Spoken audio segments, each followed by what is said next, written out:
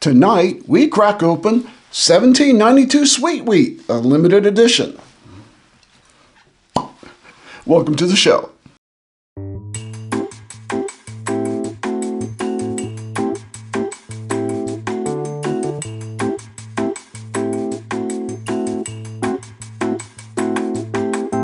Well, tonight, we brought out one of our special glasses. Isn't it the cutest thing you've ever seen? It's even got a little hat. You know, we bought this for our Luck of the Seven giveaways. And so I decided to get one for myself. And it is a Glencairn, believe it or not. It's called a Copita, C-O-P-I-T-A. I'm not sure how you pronounce that. It's basically a stemmed version of the Glencairn, and you know, the little topper there is to keep your bourbon fresh or getting dust in it or something, I'm not sure what. But it doesn't have that tulip design that the regular Glencairn does. To me, it looks more like a cordial glass or a small wine glass, but they call it a nosing glass. So I thought, on a special occasion of us acquiring a 1792 Sweet Wheat, we would try this glass. I hadn't tried it yet before, and it is not this one, but we do have one of these as a giveaway in the Luck of the Draw. We were on hiatus this week, Luck of the Draw, because I just got over or getting over COVID, and I couldn't do anything. I mean, I'm just barely up to snuff now. At my age, COVID is not fun, let me tell you. But drinking bourbon is fun, and drinking new bourbons is even more fun, right? So, reason this is kind of a celebration is, when I first started my channel in January of last year, one of the things I was hunting for right away was some of the limited editions I had seen out around Christmas time, and one of them was this Sweet Wheat, and I couldn't find it anywhere. I didn't realize that at the time my bourbon experience was limited. I had maybe 10, 12 bourbons that I enjoyed. I had a small collection. I didn't know really anything about the 1792, and I didn't realize that everything other than the 1792 small batch is considered by Barton, 1792 Barton Distillery, as being a limited edition. And this was one of the hardest ones to find. Well, this and maybe the 12-year.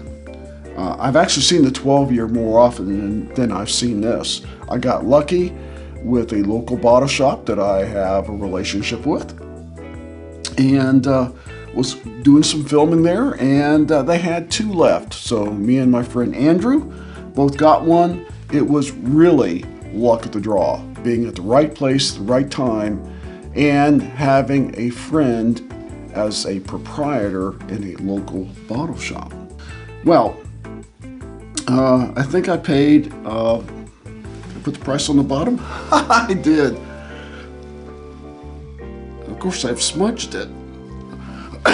Excuse me. $49.99 is what I paid for it. I was happy to pay $49.99. I would have paid slightly more for it. I wouldn't have paid $100 for it, but I was happy to pay $49.99. So we poured a little bit into our fancy Glencairn here, and I went to the 1792bourbon.com website, which, you know, 1792 Barton Distillery is part of the Sazerac family, Buffalo Trace, so on, part of that big empire of bourbon. And, you know, it looks like all the other bottles, but one thing I have noticed is the wrapper around the neck is always a different color. And then, of course, the labeling, but otherwise, you'd swear from a distance they were all the same bottle. And I've never seen a 1792 bottle that was a different shape. Maybe at one time they were, but not since I've been looking for 1792. It's a Kentucky straight bourbon whiskey, 45.6% or 91.2 proof. I think that's similar to the other 1792s. I think they're all that kind of odd 91 something proof. But you know, it's kind of a light amber color. I have there's no age statement on it, and I really don't know much about it other than it is their wheated 1792 profile. So on the website they talk about crafted with sweet and delicious wheat instead of the more traditional rye. Same thing say on the back. They do have some tasting notes here.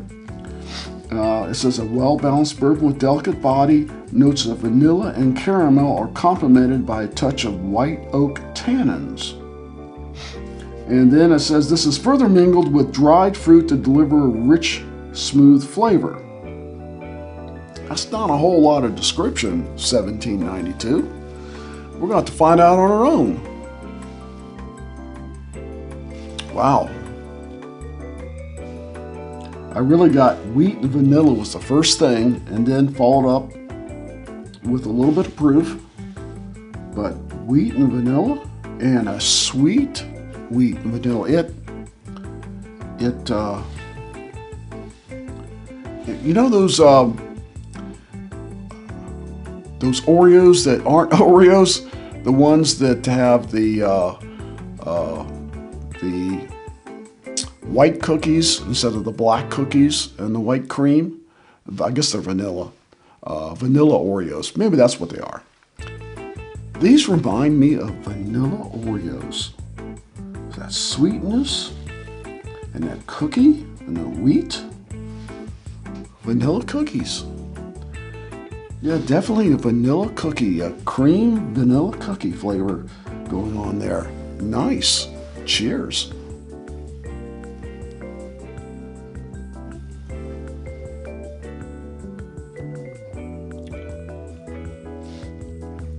Wow. That has got a boatload of spice going on. This is I think this is my first bourbon of the day. You know, I'm kind of mine's kind of messed up from being sick, but I don't think I had a bourbon earlier today. I think this was the first one. But wow, not quite. The aroma really didn't transfer to the palate very well. Although my palate's a little bit screwed up, so we're going to take another sip before I even tell you what it tastes like.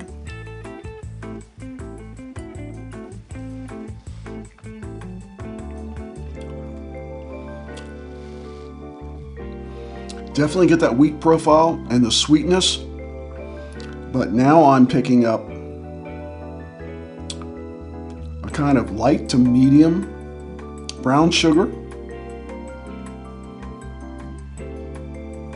baking spices, a lot of vanilla, and some, I would say some kind of light or citrusy fruit, apricot maybe, peach, something like that, not dark at all. Sweet, delicious. The baking spice though, I really didn't pick that up. I mean, other than the vanilla, I really didn't pick that up in the aroma. This is different than I thought it would be. It is unlike any other 1792 that I've tried before. Let's take another sip.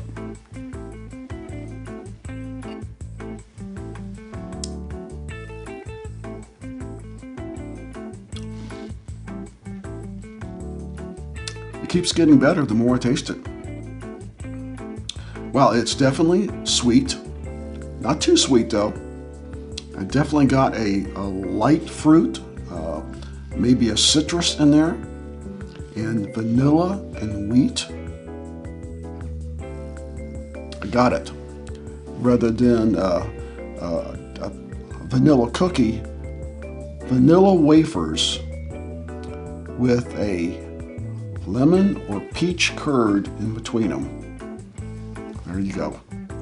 A fruit cookie. A wheat fruit cookie. I would say, you know, value for the money, great, outstanding. If you can get this for $50, outstanding. If you're paying $100 for it, don't. Well, I say that, and I waited a year for it, so how much time is a year? let me put it like this. If you want to pay $100 for it, go for it. It is a delicious bourbon. I don't think you should have to pay $100 for it. If you deal with a reputable bottle shops like I do, friends that I have in the business, have them look out for you. Get in a lottery, get in a raffle, you will find one. And hopefully 1792 Barton will do better on these limited releases as far as getting out more of it. So it's a great value at $50. When that brings us to our recommendation system, 1 through 5. I'm not even going to talk about the other levels because it's a waste of time. If you know where this is, stop the video right now and go and get it. If it's $50, see if you can buy 2. If it's $75, for me, I don't think I'd pay more than $70 for this. It's delicious. I'm glad to have it, but there again, value for the money. I think 50 to 70 is the range I think is smart. That's up to you. But if you know where one is, stop the video right now and go and get it. It is a delicious bourbon. My only caveat would be is if you're not a wheated bourbon fan, you may not like it as much. It's got a strong wheat profile, and that vanilla and that light medium fruit and light brown sugar may not be your jam. For me, it's exactly my jam, 100% on target. It is my jam. I love this stuff. I'm going to have to put it in a competition of wheaters in the spring. Get out my like 5 favorite wheated bourbons and see how this fares. Could it be number 1? Who knows? It'd be hard to knock off Bardstown Origin, which is my favorite wheated bourbon and favorite bottled in bond. But I don't know. It could. It is delicious. So we hope you will like this video, comment, and share, and please hit that subscribe button so we can grow the channel. As always, never drink and drive. Please drink responsibly. And I'm going to let this sit a few minutes so I can enjoy it again. Cheers. Drinking bourbon is fun, and drinking new bourbons is even more fun, right?